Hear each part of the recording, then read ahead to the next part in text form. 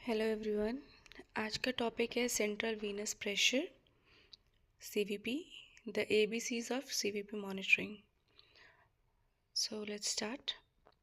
सबसे पहले what CVP is and why we measure it. CVP होता क्या है और हम उसको मेजर क्यों करते हैं।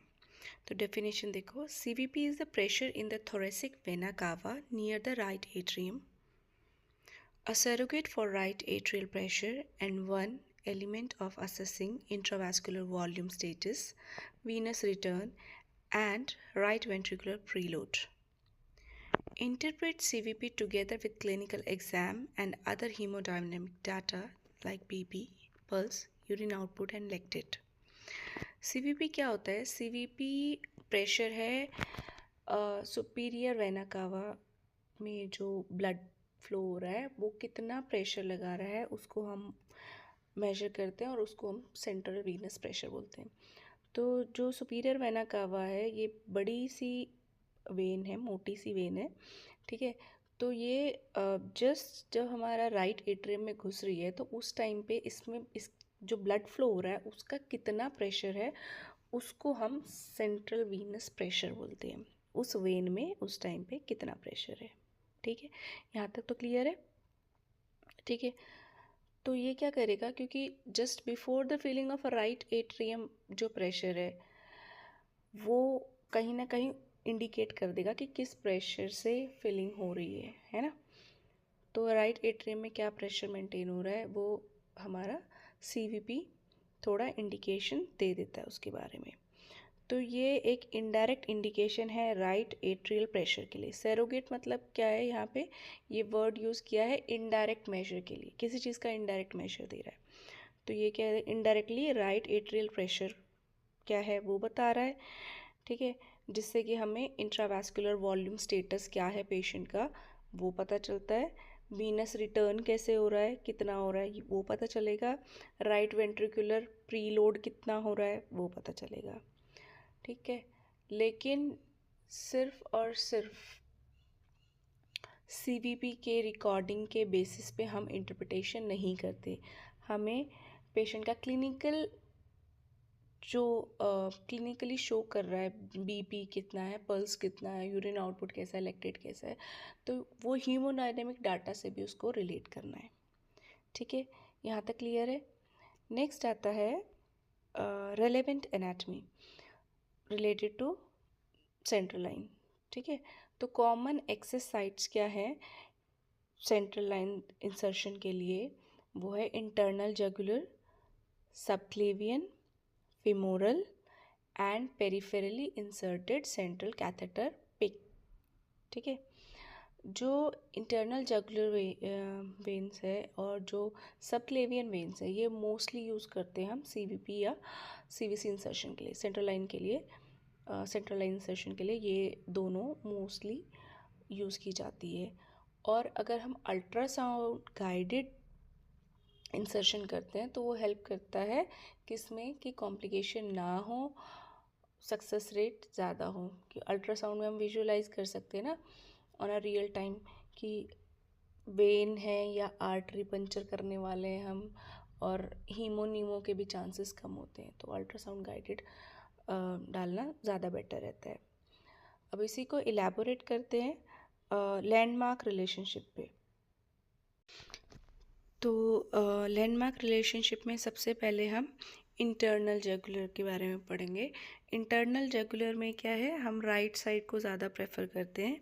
ये लाइज मतलब कहाँ है, सिचुएटेड कहाँ है, तो it lies lateral to carotid artery, runs under sternocleidomastoid between sternal and clavicular heads, needle aimed at apex of two sternocleidomastoid heads toward ipsilateral nipple at 30 degree to 45 degree. Use ultrasound to visualize vein compressibility and relation to artery. अब इसको explain कर देती हूँ। Simple word में बोला जाए तो internal जगुलर when कहाँ है, ये होती है कैरोटिड आर्टरी के साइड में, ठीक है, नेक में कैरोटिड आर्टरी के साइड में। इसको हम जैसे कैरोटिड आर्टरी पल्सेस फील करते हैं वैसे ही तो जब हम कैरोटिड आर्टरी पल्स फील करते हैं तो वेन कहाँ होगी, vein will be next to it, ठीक है। दूसरी तरफ वेन होगी लेटरल साइड में, आर्टरी और वेन साथ में तो रन करते हैं, ठीक है। तो कैरोटिड आर्टरी जब हम पल्सेशन फील करते हैं तो उसी के नेक्स्ट कौन क्या होगी, कैरोटिड वेन होगी, तो उसमें हम डाल रहे हैं। तो ये स्टर्नोक्लीडोमेस्टॉइड मसल्स के नीचे होती है, ये एक थिक मसल होती है। जब हम अपने सर को एक तरफ को करते हैं तो उस टाइम पे एक थिक मसल्स जो दिखती है वो है, ठीक है। तो कैसे हम प्रैक्टिकली कैसे पता लगाएंगे कि कहाँ होती है, तो हम पेशेंट को बोलेंगे कि भाई अपोजिट साइड में देखो। जब पेशेंट अपोजिट साइड में देखता है तो दो प्रोमिनेंट पार्ट्स से दिखेंगे स्टर्नोक्लीडोमेस्टॉइड के। एक तो नेक की तरफ को होएगा जिसको स्टर्नल हेड बोलते हैं, और एक किधर की तरफ को होएगा, शोल्डर की तरफ को होएगा जिसको क्लेविकुलर हेड बोलते हैं, ठीक है। तो ये दोनों के बीच में एक ट्रायंगल बनेगा, ठीक है। इस ट्रायंगल को क्या बोलते हैं, इस छोटे से ट्रायंगल को बोलते हैं एपेक्स। तो इस एपेक्स में निडल जाती है, तो निडल को हमने किस उसमें डालना है, 30 to 45 डिग्री के एंगल पे डालना है, और किस डायरेक्शन में, निपल की डायरेक्शन में, ठीक है। पेशेंट का उस साइड का निपल जिधर होएगा उस डायरेक्शन में हमें इंट्रोड्यूस करना है वेन को कह रही हूँ, निडल को 30 to 45 डिग्री के एंगल पे। तो हमेशा अल्ट्रासाउंड यूज़ करना है इसके लिए, क्योंकि एक्सीडेंटली हो सकता है कि हम आर्टरी पंचर कर दें, इसलिए बेटर है कि हम अल्ट्रासाउंड गाइडेड ही करें। तो इन शॉर्ट ये याद रखने के लिए कि है क्या इस ओवरऑल में, तो बस ये याद रखना कि ये कहाँ होएगा, कैरोटिड आर्टरी के साइड में है, नेक मसल्स में है, उसके नीचे है, और जब हम नीडल इंसर्ट कर रहे हैं तो वो पॉइंट करना चाहिए निपल की तरफ को, ठीक है। यहाँ तक क्लियर। नेक्स्ट है सबक्लेवियन। सबक्लेवियन वेन कहाँ होती है, it runs under the clavicle above first rib. Landmark technique risks pneumothorax. Ultrasound is feasible but more technically demanding. Consider subclavian for long-term tunnel lines but weigh pneumothorax and thrombosis risk. अब इसको explain कर देती हूँ। तो subclavian vein क्या है, simple words में subclavian vein collar bone के नीचे, क्लेविकल के नीचे होती है, और फर्स्ट जो हमारी रिब है उसके ऊपर होती है, ठीक है। कहाँ होती है, कॉलर बोन के नीचे होती है, जिसको क्लेविकल बोलते हैं ना, क्लेविकल के नीचे होती है लेकिन फर्स्ट रिब के ऊपर होती है। फर्स्ट चीज़ ये हो गई। सेकंड क्या है, सेकंड ने बोला है कि जब हमें लॉन्ग टर्म नीडेड होता है कोई मेडिसिन देने या लॉन्ग टर्म हमें सेंट्रल लाइन चाहिए, तो उस टाइम पे हम इसको यूज़ करते हैं, जैसे कीमोथेरेपी हो गया या dialysis catheter, as a dialysis catheter use करना है तो ये ज़्यादा कंफर्टेबल रहती है पेशेंट के लिए। बट क्योंकि ये लंग्स के पास है तो risk of pneumothorax is more in this, ठीक है। इसीलिए always try to use ultrasound, लेकिन उसमें भी क्या है कि अल्ट्रासाउंड भी बहुत अच्छे से नहीं दिख पाता, क्योंकि कॉलर बोन क्या है उसको ब्लॉक कर देती है उसके व्यू को, तो स्टिल अल्ट्रासाउंड यूज़ करना इज़ बेटर, ठीक है। नेक्स्ट है फिमोरल। फिमोरल क्या है, this is easy to access in emergencies, higher infection thrombosis risk, avoid in ambulatory obese patient for long term access.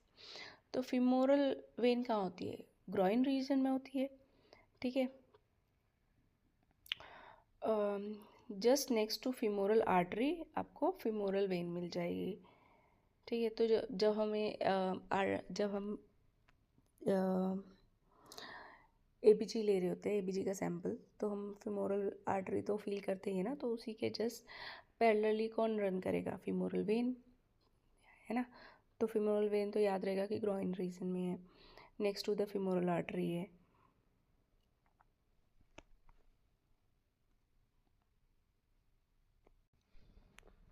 और क्योंकि ये इजी होता है इसको फाइंड करना, तो अगर कोई इमरजेंसी सिचुएशन है या कार्डियक अरेस्ट है तो सबसे इजीली मिलने वाला जो साइट है वो कौन सा है, फीमोरल है, बट हम ट्राई करते हैं फीमोरल को अवॉइड करना। क्यों? क्योंकि ग्रॉइन रीजन में है तो chances of infections are more here. ठीक है, नेक्स्ट देखते हैं pre procedure preparation and checklist. क्या प्री प्रोसीजर प्रिपरेशन करनी चाहिए, क्या चेकलिस्ट हम मेंटेन करके रखेंगे उसके लिए। तो सबसे पहले है use a standardise insertion checklist bundle proven to reduce CLABSI. CLABSI क्या होता है? Central line associated blood stream infection. इसको रिड्यूस करने के लिए बहुत सारे अवेलेबल चेकलिस्ट हैं, बंडल लिस्ट्स हैं, तो हम उनको यूज़ कर सकते हैं फर्स्ट ऑफ ऑल। सेकंड है, हमें पेशेंट का कंसेंट लेना होता है इसको इंसर्ट करने से पहले। प्रोसीजर पेशेंट को एक्सप्लेन करना है और क्या सिडेशन देंगे, क्या पेन रिड्यूस करने के लिए क्या प्लान है, क्या मेडिसिन देंगे, वो सब हमें पेशेंट को एक्सप्लेन करना होता है। फिर उसके बाद सारे के सारे जो भी इक्विपमेंट्स हमें चाहिए वो सारे गैदर करके रखने हैं, जैसे full central line kit, ultrasound, sterile gown, gloves, mask, cap, full body sterile drape, chlorhexidine जो कि 0.5% से ज़्यादा होना चाहिए, मतलब उसमें अल्कोहल कंटेंट 0.5% से ज़्यादा होना चाहिए, sterile dressings, suture material last में उसको सूचर करने के लिए। ठीक है, नेक्स्ट है मॉनिटरिंग। मॉनिटरिंग में हमें कंटिन्यूस ईसीजी मॉनिटरिंग पे पेशेंट को रखना है। जब भी सेंट्रल लाइन डल रही है तो कॉन्टीन्यूस ईसीजी मॉनिटरिंग पे पेशेंट होना चाहिए। पल्स ऑक्सीमीटर लगा हुआ होना चाहिए और बीपी हमें कॉन्टीन्यूसली मॉनिटर करना है। नेक्स्ट टीम में एक्सपीरियंस्ड असिस्टेंट होना चाहिए, समवन टू डॉक्यूमेंट कि टाइम आउट और चेकलिस्ट आइटम्स को भरने के लिए कोई होना चाहिए। ठीक है, डॉक्यूमेंटेशन के लिए। टाइम आउट में क्या क्या आएगा?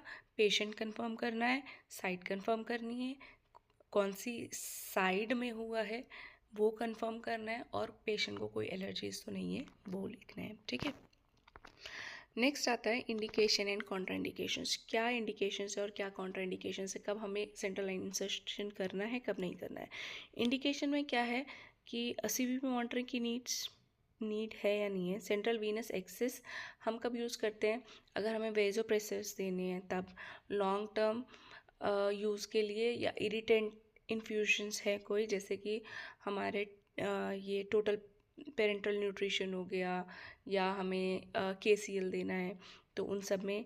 पुअर पेरिफेरल एक्सेस है, लॉन्ग टर्म अगर पेशेंट ICUs में रहते हैं तो उनकी वेंस जो होती है वो पहले ही बहुत पंचर डोर की होती है, वेंस नहीं मिलती, तो अगर कोई पेरिफेरल एक्सेस नहीं है, पुअर पेरिफेरल एक्सेस में भी हम सेंट्रल लाइन डाल देते हैं।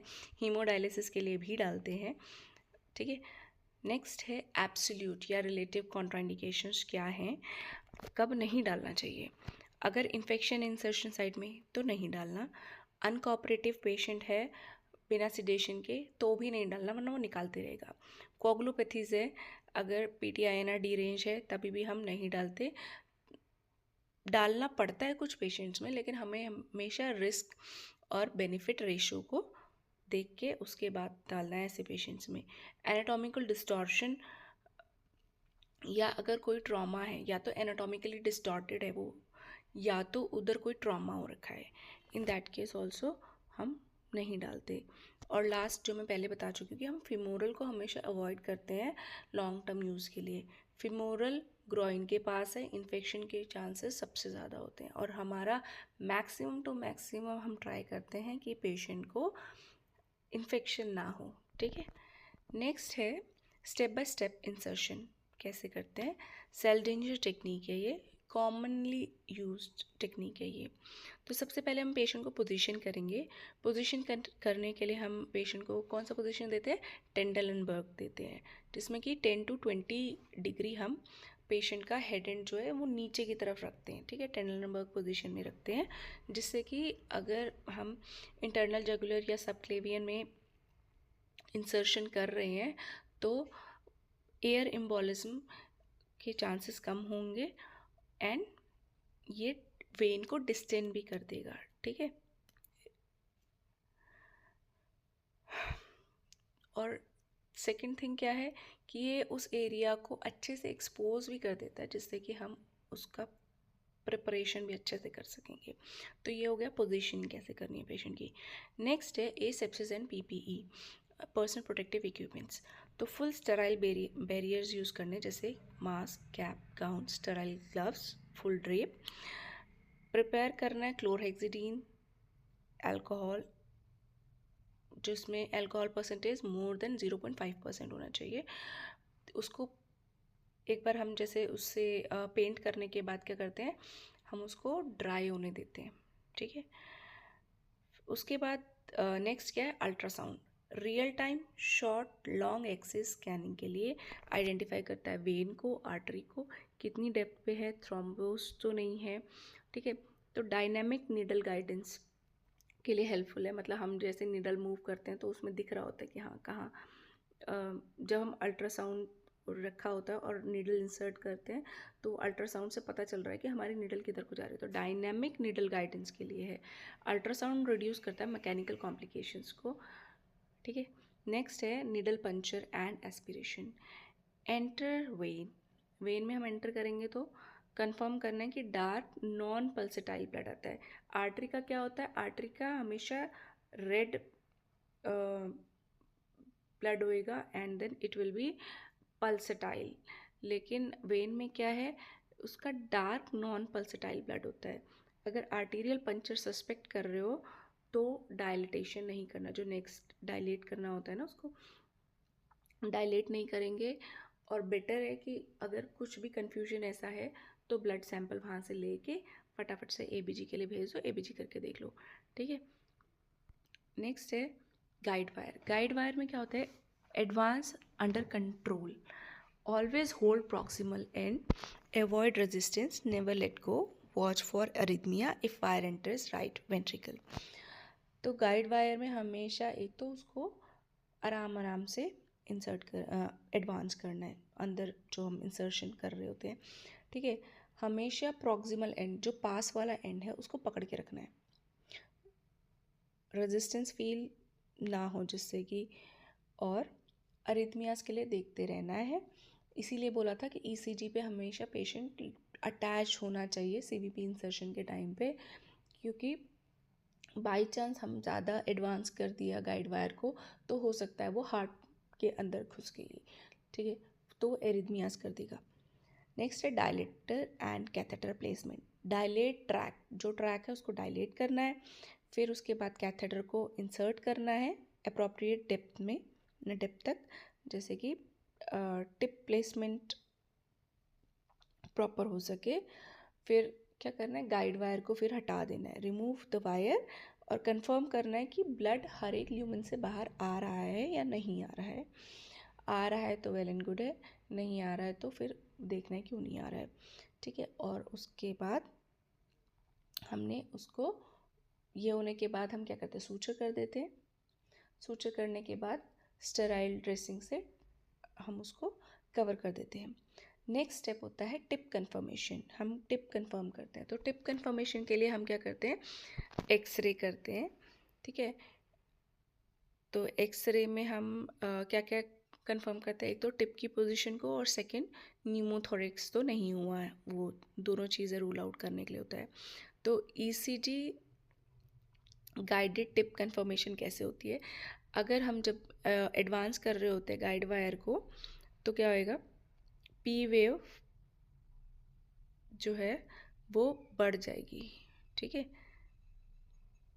जैसे जैसे हम राइट एट्रियम के पास आने लग जाते हैं पी वेव बढ़ना शुरू हो जाता है, तो वो एक कंफर्मेशन है ईसीजी गाइडेड टिप का, टिप कंफर्मेशन का तरीका है। और फिमोरल या पिक लाइन है तो उसमें कंफर्मेशन कैसे करते हैं, हम एक्सरे से करते हैं, ठीक है। नेक्स्ट आता है tip position, where should catheter tip be. अभी जो मैं पहले बता रही थी कि टिप हमारा प्रॉपर पोजीशन में होना चाहिए, तो कहाँ होना चाहिए एग्जैक्टली तो ऑप्टिमल क्या होता है कि लोअर सुपीरियर वेना कावा में हो, just above the cavo atrial junction के ऊपर होना चाहिए। तो केवो एट्रियल जंक्शन क्या होता है, केवो एट्रियल जंक्शन वो पॉइंट होता है जहाँ पर कि जो सुपीरियर वेना कावा है और राइट एट्रियम दोनों के दोनों मिल रहे हैं, ठीक है। तो केवो एट्रियल जंक्शन पे के ऊपर होना चाहिए, just above the cavo atrial junction हमारा कैथेटर का टिप होना चाहिए। Avoid placing the tip in the right atrium, right atrium में हमें कैथेटर का टिप नहीं रखना, क्योंकि उससे एरिथमियाज हो सकते हैं, परफोरेशन हो सकता है।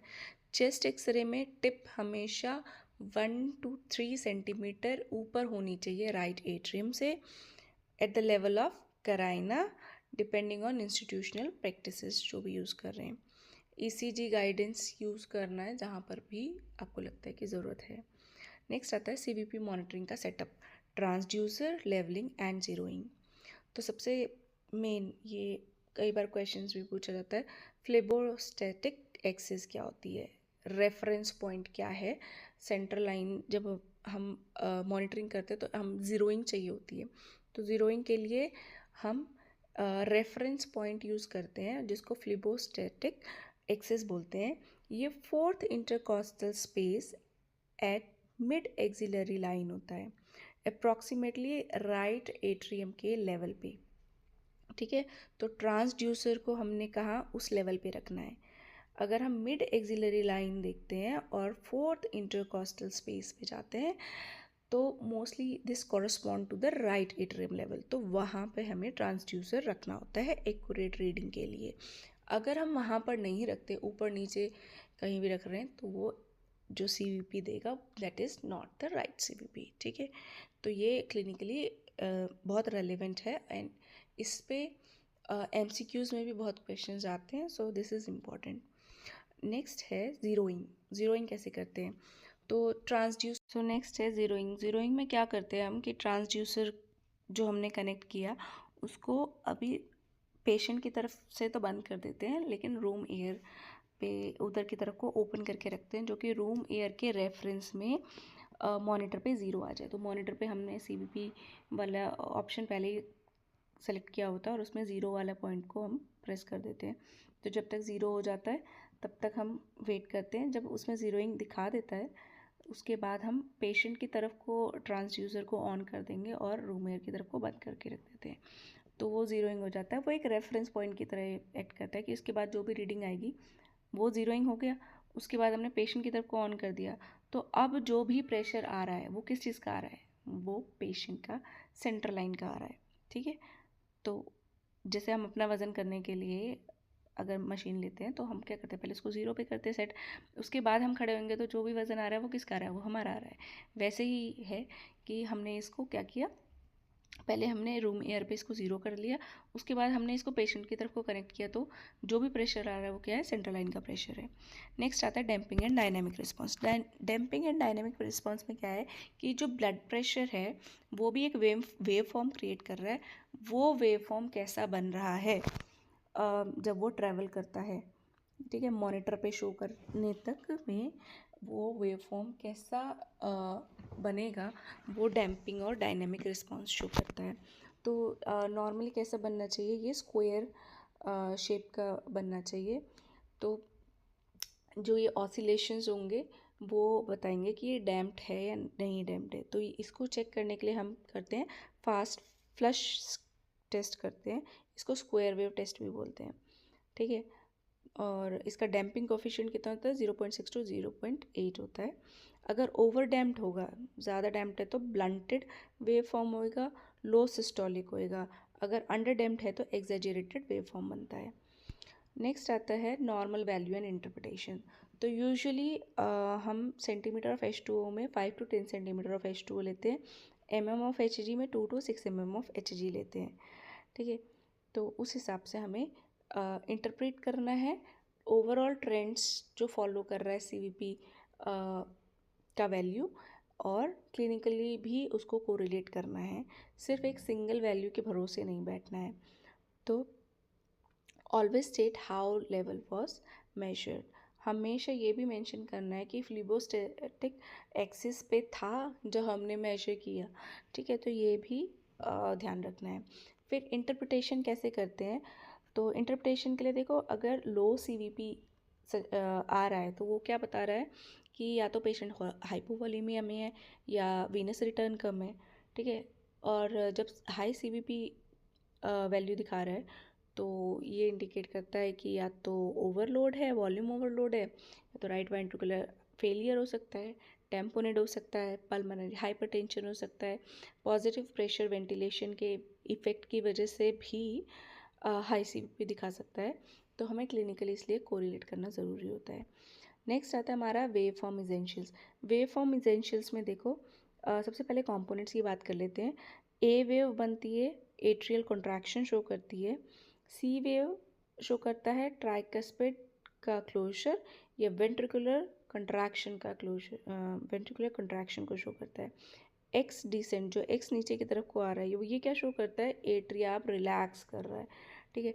वी वेव शो करता है वीनस फीलिंग को। वाई जो नीचे की तरफ को आ रहा है, डिसेंट कर रहा है, वो ट्राइकस्पिड की ओपनिंग को शो करता है।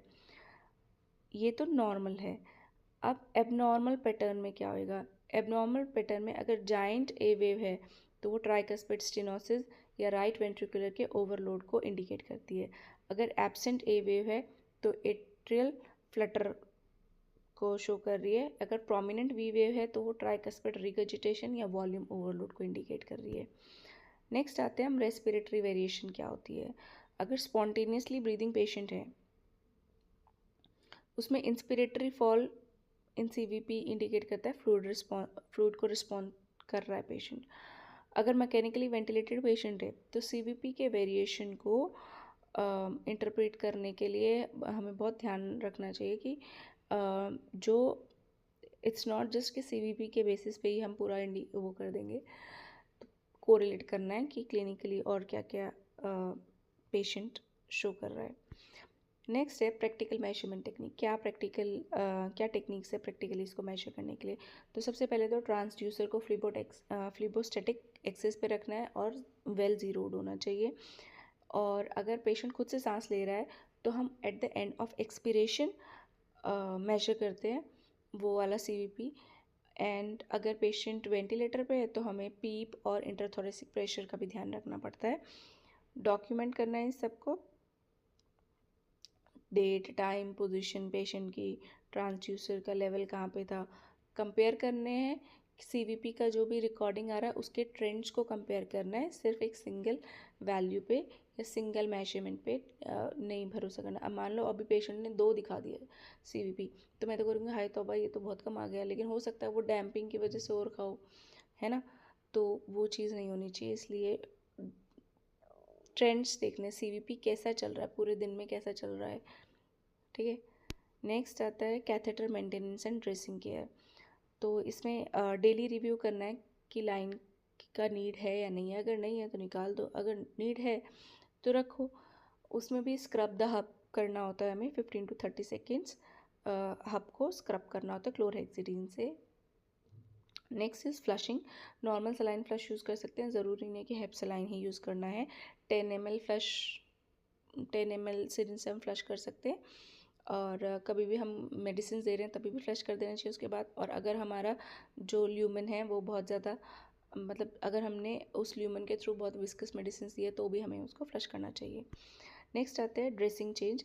ड्रेसिंग चेंज में एक transparent semi permeable dressings use करते हैं हम। कुछ जगहों पे स्टेराइल गॉज भी यूज़ होते हैं। तो अगर ट्रांसपेरेंट ड्रेसिंग यूज़ करो तो 7 डेज़ में चेंज करनी होती है, गॉज पीस यूज़ करो तो 2 डेज़ में चेंज करना होता है। अगर वो सॉइल नहीं है तो, अगर सॉइल है तो देन एंड देयर चेंज कर दो। फिर line access and meds, minimise करना है कि लाइन में कोई फालतू चीज़ें हम अटैच करते रहे। जैसे हमें कई बार 3 वे अटैच करने पड़ते हैं, इफ़ नीडेड तो करो, नहीं कर ज़रूरत तो मत करो, ठीक है। नीडललेस कनेक्टर्स ही यूज़ करने हैं और चेंज करते रहने हैं एज़ पर पॉलिसी की 24 आवर्स तक ही हमें उसको यूज़ करना है या 72 आवर्स, जो भी पॉलिसी है इंस्टीट्यूट की उसके हिसाब से एसेप्टिक टेक्निक्स मेंटेन करते हुए हमें सारा करना होता है। नेक्स्ट आता है common complications and bed side management. क्या क्या कॉमन कॉम्प्लिकेशंस होती है और बेड साइड पे कैसे मैनेज कर सकते हैं। सो मैकेनिकली देखते हैं क्या क्या कॉम्प्लिकेशंस हो सकती है पेशेंट में। नीमोथोरेक्स हो सकता है जो कि सबक्लेवियन इंसर्शन में ज़्यादा होता है रेदर देन इंटरनल जगुलर में।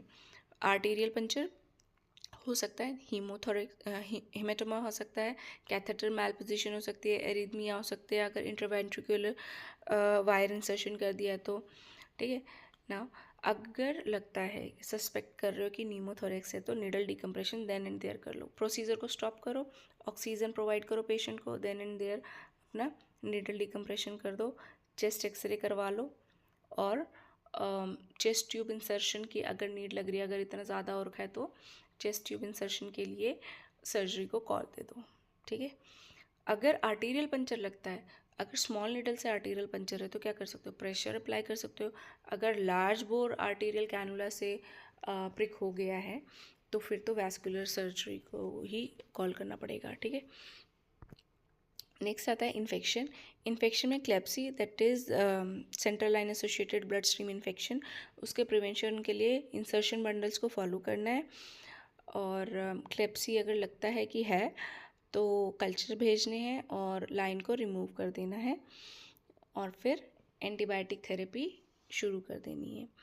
अगर थ्रोम्बोटिक लगता है कि लाइन थ्रोम्बोटिक है तो क्या करना है, कैथेटर रिलेटेड थ्रोम्बोसिस के लिए अल्ट्रासाउंड वगैरह करा के देख लेना है। लाइन अगर फंक्शनल नहीं है तो रिमूव कर दो, और अगर लगता है कि एंटीकोगुलेंट थेरेपी से काम चल जाएगा, अगर टीम उसके लिए एग्री है तो एंटीकोगुलेंट थेरेपी भी दे सकते हैं। नेक्स्ट है रिमूवल प्रोसीजर स्टेप वाइज। कैसे रिमूव करते हैं, तो सबसे पहले तो एक्सप्लेन कर दो प्रोसीजर को। पेशेंट को अपराइट पोजीशन या तो नॉट अपराइट पोजीशन, पेशेंट को सुपाइन पोजीशन में रखना है या तो स्लाइड टेंडलनबर्ग पोजीशन में रखना है जो कि एयर एम्बोलिज्म ना हो। सूचर्स रिमूव करने हैं और फिर इसको बाहर निकाल के उस एरिया को 5 से 10 मिनट तक दबा के रखना है, और अगर एंटीकोगुलेंट थेरेपी पे था तो और ज़्यादा टाइम तक दबा के रखना है। फिर ऑक्लूसिव ड्रेसिंग उस पर लगा देनी है, ठीक है। और पेशेंट को समझा देना है कि क्या क्या काम वो कर सकता है, नहीं कर सकता है, वो सारी चीज़ें। अगर पेशेंट अपराइट या सिटिंग पोजीशन पे ही है तो एयर एम्बोलिज्म के चांसेस ज़्यादा होते हैं, तो अगर उस टाइम पे इट्स नॉट वेरी नेसेसरी तो रहने देना है, ठीक है। और नेक्स्ट है, अगर लगता है कि वहाँ पे इन्फेक्शन है रिमूव करने से पहले तो वहाँ पे एस्पिरेशन कर सकते हैं और उसको कल्चर के लिए भेज सकते हैं, ठीक है। नेक्स्ट है ट्रबल शूटिंग कॉमन प्रॉब्लम्स। इसमें है no blood return from lumen. अगर ब्लड रिटर्न नहीं हो रहा ल्यूमन से तो देखना है कि कहीं किंक तो नहीं है, कहीं पे वो ल्यूमन क्लैम्प तो नहीं है, पेशेंट की पोजीशन क्या है, कोई थ्रोम्बस तो नहीं बना हुआ है। ट्राई करना है रीपोजिशनिंग का, पेशेंट को रीपोजिशनिंग का। पेशेंट को बोलना है कि हाथ उठाए, घुमाए, थोड़ा टर्न हुए, अपना पोजीशन चेंज करे। अटेम्प्ट करना है सलाइन फ्लश का। अगर रेजिस्टेंस है तो फोर्स नहीं करना, फिब्रिनोलिटिक थेरेपी पे शुरू कर सकते हैं एज़ पर द पॉलिसी, अगर आपको लगता है कि वो हेल्पफुल है तो, और आपके इंस्टीट्यूट की पॉलिसी के हिसाब से करना है। अनरिलायबल वेव फॉर्म या हाई नॉइस है अगर तो हमें ट्रांसड्यूसर को चेक करना है। ट्रांसड्यूसर की लेवलिंग ठीक है, जीरोइंग ठीक है, एयर बबल्स तो नहीं है, ट्यूब कहीं से किंक तो नहीं है, कोई लूज कनेक्शन तो नहीं है, और स्क्वायर वेव टेस्ट कर सकते हैं हम डैम्पिंग को चेक करने के लिए। Next is unexpected high CVP आ रहा है तो मैकेनिकल वेंटिलेटर को देखना है।